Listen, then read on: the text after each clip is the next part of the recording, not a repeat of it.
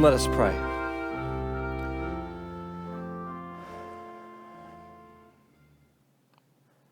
Lord, let the words of my mouth and the meditations of all of our hearts be in tune with your love and power, O Lord, our rock and our Redeemer. Amen. So we continue to walk through this collective wilderness experience, and I just want to remind you quickly of two things I said last week, that the Bible is pretty clear that none of us like being in the wilderness, Jesus himself included. The wilderness is a place we want to run from. We don't want to be here. We want to get out of here as quickly as possible, and that's human nature. But here's the other truth, that God does God's best work in the wilderness. The people of Israel are prepared for the promised land. Jesus is empowered for ministry through his wilderness experience. And there's something about the wilderness that undermines our capacity to live life on our own terms. Or it pierces the illusion that we can actually live life all by ourselves. God does God's best work in the wilderness, because in the wilderness we're vulnerable. We're more open and receptive. We're more teachable. And vulnerable people are more likely to change. And here's the mystery. Vulnerable people who learn to be more comfortable with their vulnerability, are the very people who make the greatest impact in our lives. And so it's fitting that here we are spending time with the most challenging of Jesus' teachings right here in the wilderness, right here in the midst of Lent. We're looking at the essence of who Jesus is and what he wants to impart. And these are tough teachings, and yet we're probably more open to them than we might ever be.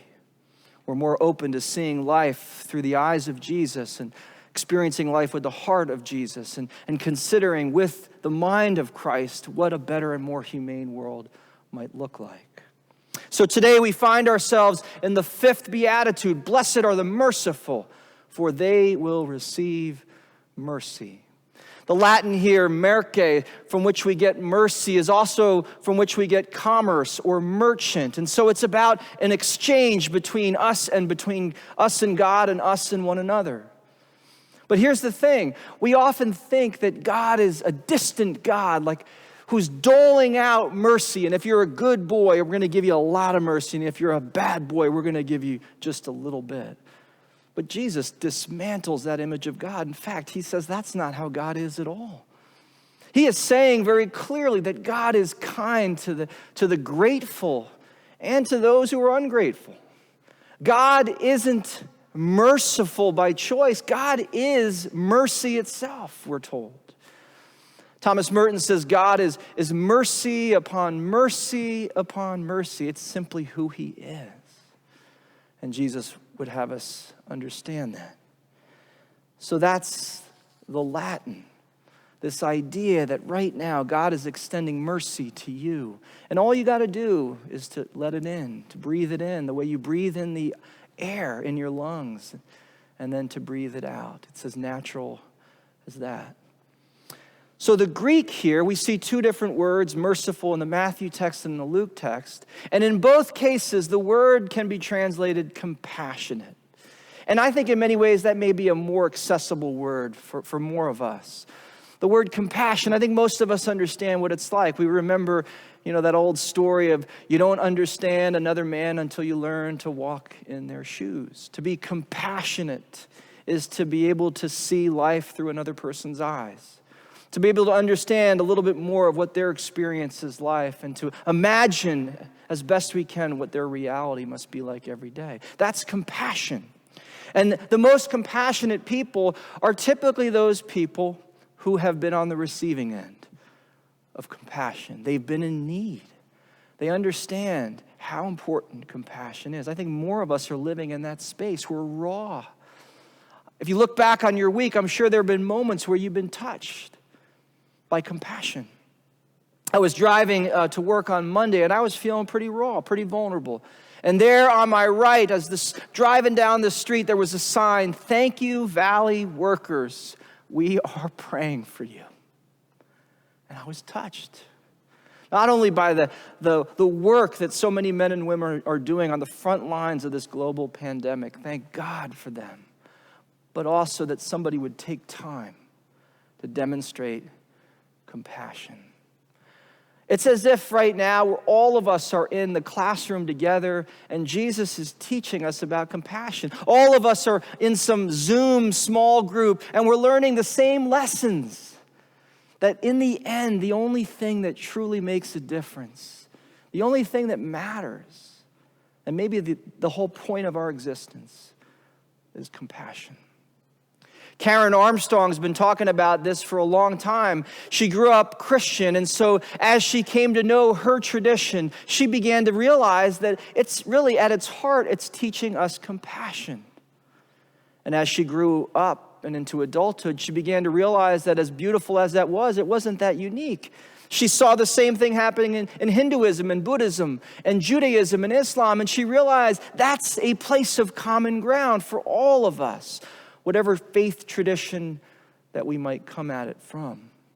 And so she began to develop what she called a charter of compassion, a movement around compassion, which the Dalai Lama calls one of the most important things happening on our planet today. She writes of compassion. She says, compassion asks us to look into our own hearts to discover what gives us pain, and then to refuse under any circumstance whatsoever to inflict that pain on anyone else. I think that's a lifeline, a roadmap to help us on the way of compassion. And I see 3 steps, and I want to take them really quickly with you. The first is to look into your own heart. Look into your own heart. The story goes that a big, tough samurai approached this little monk, and he wanted the monk to teach him about heaven and hell. He said, "Teach me about heaven and hell." And the monk looked at him and said, "Teach you about heaven and hell? You're stupid. You're smelly. You'll never understand this teaching." And the samurai got angrier and angrier. His face got red. He began to shake, and he pulled his sword out, and he was ready to slay the monk. When the monk looked the samurai in the eye, and he said, "That's hell." And the monk stopped for a moment. And he realized that this monk had literally risked his life to teach him about hell. And the sword began to come down, and his grip on that sword released just a little bit. And the monk was looking at him with the most compassionate eyes. And as he put that sword down, he said, "That's heaven." See, the truth is, you and I have a choice.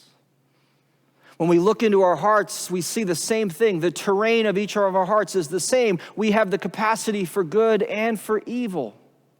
We have the capacity to bring more heaven here and to usher in more of hell. And that choice is ours. So look into your own heart and discover, step 2, what it is that gives you pain. You see, the reality is that life includes joy and sorrow. And how wonderful would it be if we could just tease the joy out and just experience the joy and kind of put the sorrow on the shelf. And sometimes we live our lives like that. And intellectually we understand, well, that's not how it is, right? But experientially, we have an opportunity right now to discover that real life includes joy and sorrow. And it's harder to deny that reality. And so we have an opportunity now to develop what Richard Rohr calls stereotopic vision. That's the capacity to look with both eyes, the eye that sees joy and the eye that sees sorrow. And later today, you might look yourself in the mirror and recognize that each eye is just a little bit different, and one is more tuned to joy and one is more tuned to sorrow. And the most mature and compassionate among us are those with stereotopic vision. Some of you may be thinking, what do I do with my kids, or what do I do with my grandchildren? There's so much suffering. Do I let them experience it and see it? I think part of our job is to protect our kids somewhat from suffering, but we don't want to inoculate them from it. So we want to help them to see that, yes, life can be scary. It can be really hard, and there are many who suffer. And that's why we need each other. That's why we need a faith community. That's why we need a neighborhood, for that very reason. And so this is an opportunity to invite our kids to develop their own capacity for stereotopic vision. Which leads to the third step here, to refuse under any circumstance whatsoever to inflict that pain on anybody else. There's a great story of a young rabbi who was trying to make his way up and to become more wise in the eyes of his people. And so he knew that the next day into the community was going to come a wise old elder who was beloved. And so he was a little threatened by it. And he saw it as an opportunity to kind of climb up that ladder, build up his sense of self in the presence of his community. And so he had this plan that when the rabbi came the next day, he was going to approach him with bird in hand, in his cupped hands. And he was going to say to the rabbi, if you're so wise, tell me whether this bird is alive or dead. And if the rabbi said the bird is alive, he would crush it right there and let it drop to the floor so that everyone would see he was wrong.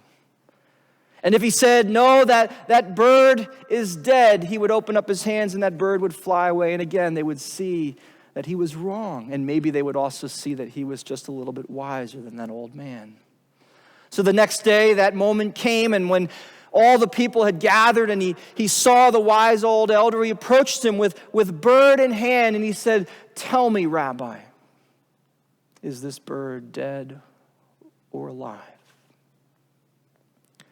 And the wise old rabbi got quiet, and he looked into that young man's eyes, and with infinite compassion, he said, it's up to you.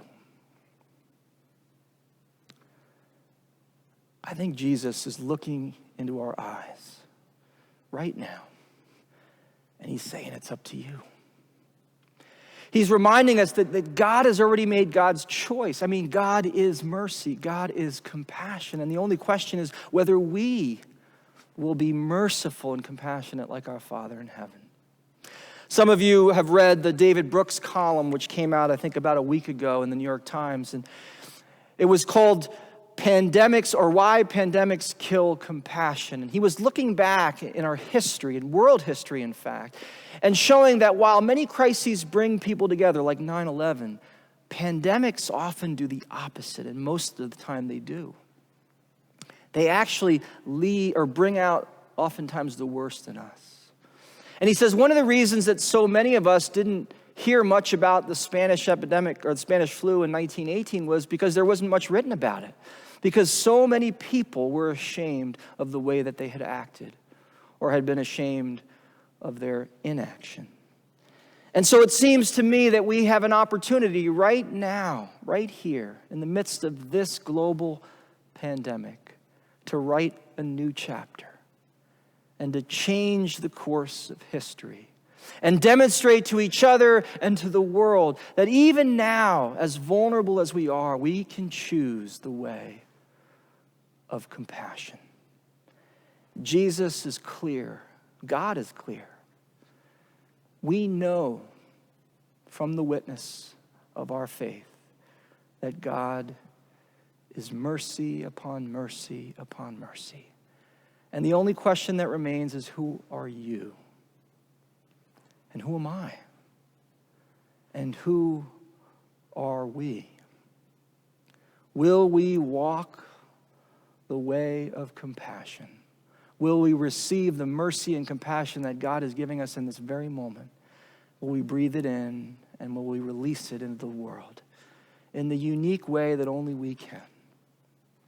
My prayer is that we make the right choice together. Amen.